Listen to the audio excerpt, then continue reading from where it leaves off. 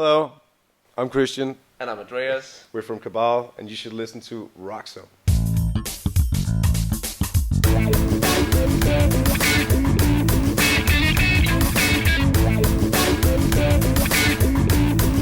Na kus řeči s Frankem.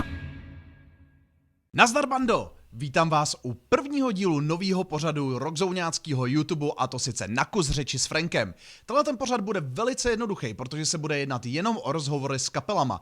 Ty rozhovory probíhají před akcema, který tady mají, respektive před jejich koncertama. A to buď tady v Praze, a nebo prostě na akcích, kam jsem se dostal. Jako první moje pozvání přijala dánská kapela přímo z Kodaně, a to sice Cabal, který se tu ukázali v rámci koncertu spolu s kapelami King 810 a Born Anew. Tenhle ten rozhovor teda v angličtině, ale samozřejmě ho budete mít i s titulkama, takže se nemusíte bát, že byste mu nerozuměli. No a abych vás uvedl trošku do obrazu, tak během toho rozhovoru budou prostřihy z jejich koncertu, abyste si uměli představit, jak ta kapela vlastně taky vypadá. Otázky jsou jednoduchý, není to nic extra složitýho a doufám, že vás to bude bavit. No a taky nezapomeňte po zhlédnutí videa nám nechat palec, odběr na YouTubeovém kanále a poslat to dál, aby se o tom dozvědělo co nejvíc lidí. Moc krát díky za zhlédnutí a příjemně se bavte.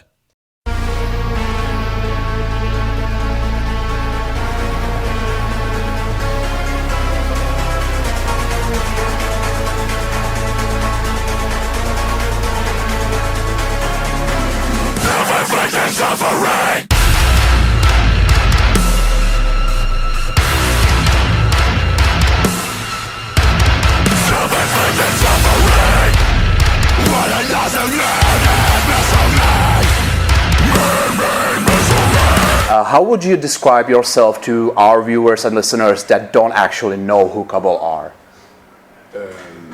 Heavy. Yeah, wow. Whoa. Yeah, wow. That's a big word.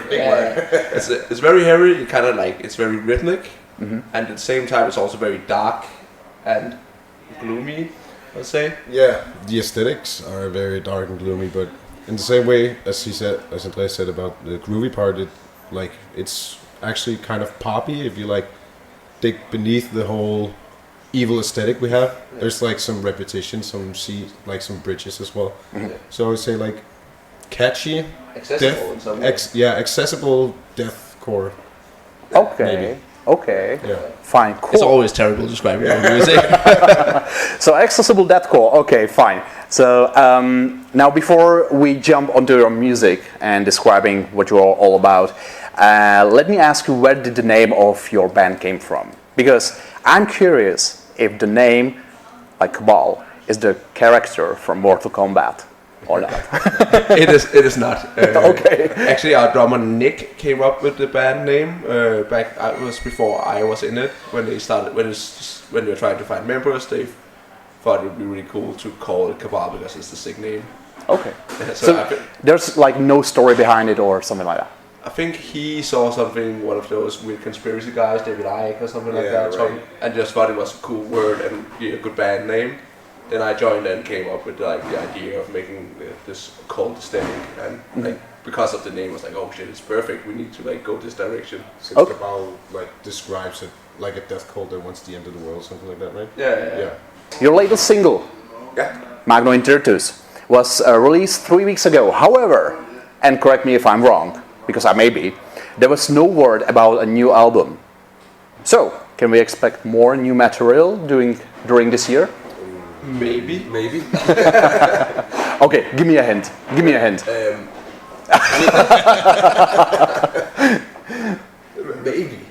I think that's all we're allowed to say right now. We can't say much. It's a big baby. Well, Okay.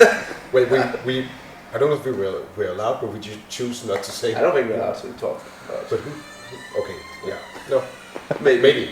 Okay, so you can talk about it right now, because it's like 2 years.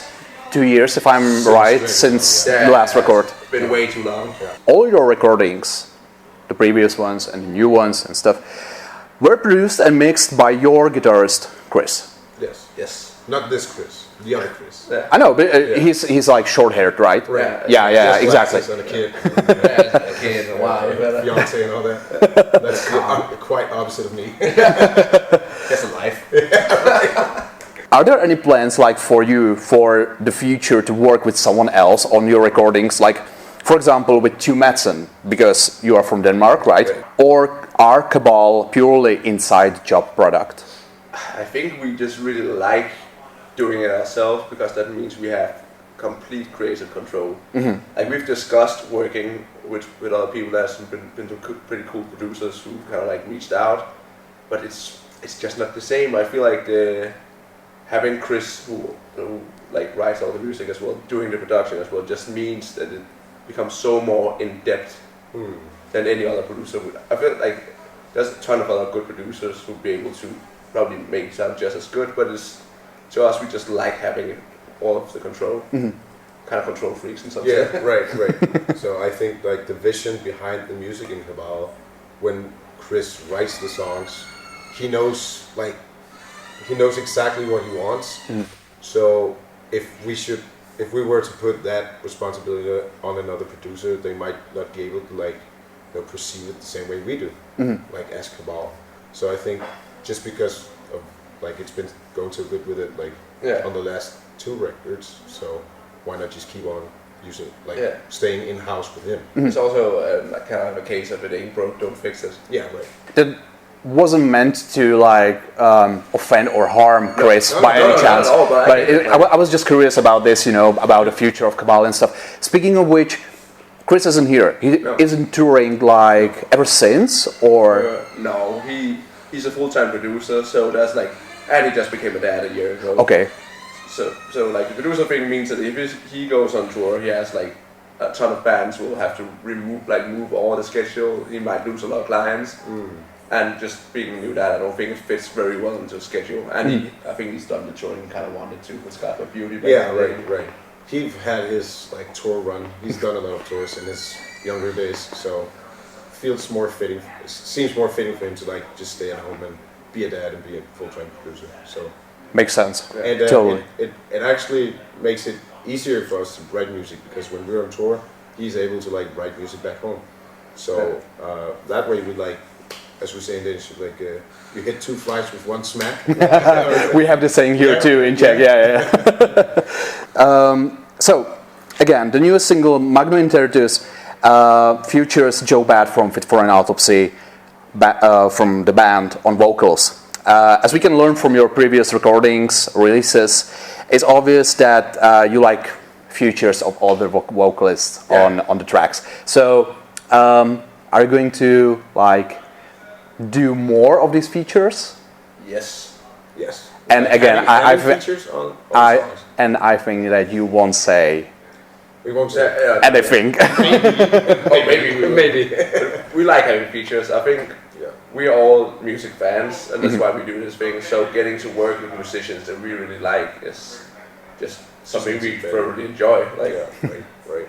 Okay, you don't have to tell me if there are any plans for the future with some features of other vocalists, but is there someone who you would say is the one that you would like in the future to have on your records?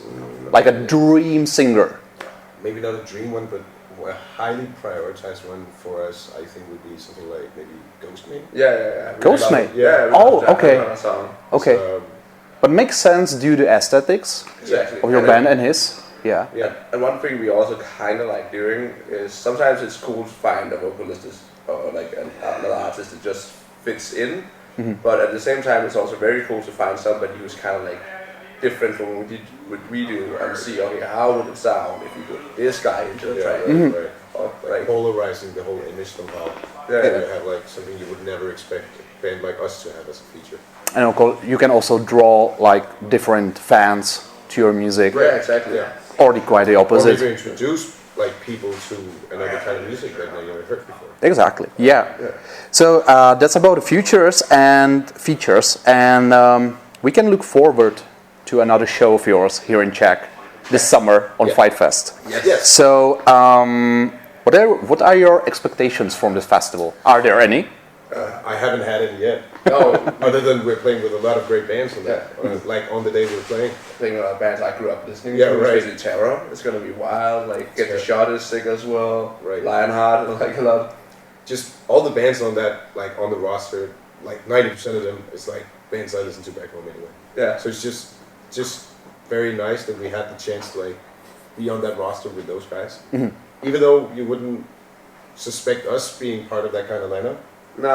but we want to be part of that kind of lineup as well. So it's just nice it made things worked out, I guess. Yeah, I think like we just have to prove ourselves to all the hardcore kids now. Yeah, right. And we can fight to our music too. It's fine.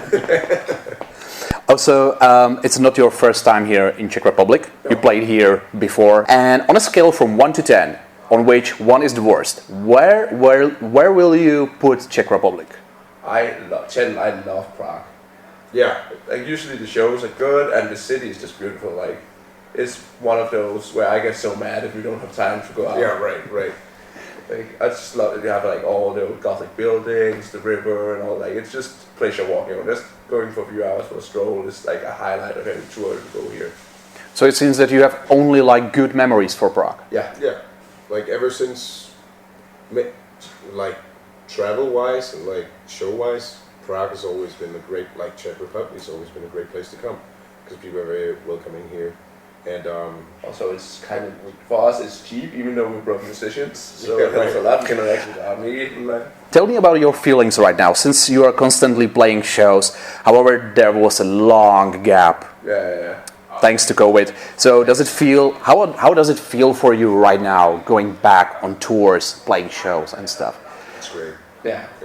It's been such a, as you said, it's been 2 years since we had a real chance of like touring. Yeah. We did a small Never Say Die tour run like back in November. Yeah. That's just nice getting out, like play to like a whole different crowd than we were used to, and like not people sitting down and shit.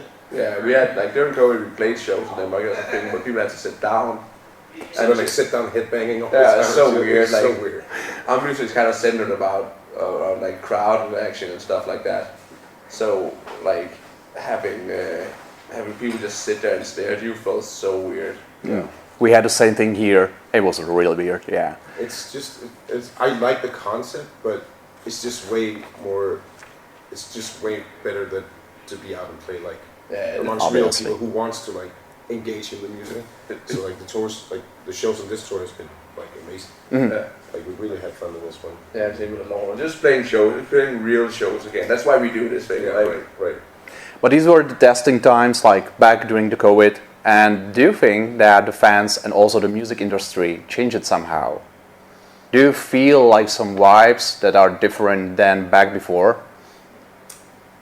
Maybe in Denmark, it feels like the metal scene back at home has become not more accessible, but I think maybe it's just me that it's from my point of view, but it feels like that's becoming how do you say it? There's a lot more attention to the metal like industry in Denmark now than it used to be before COVID.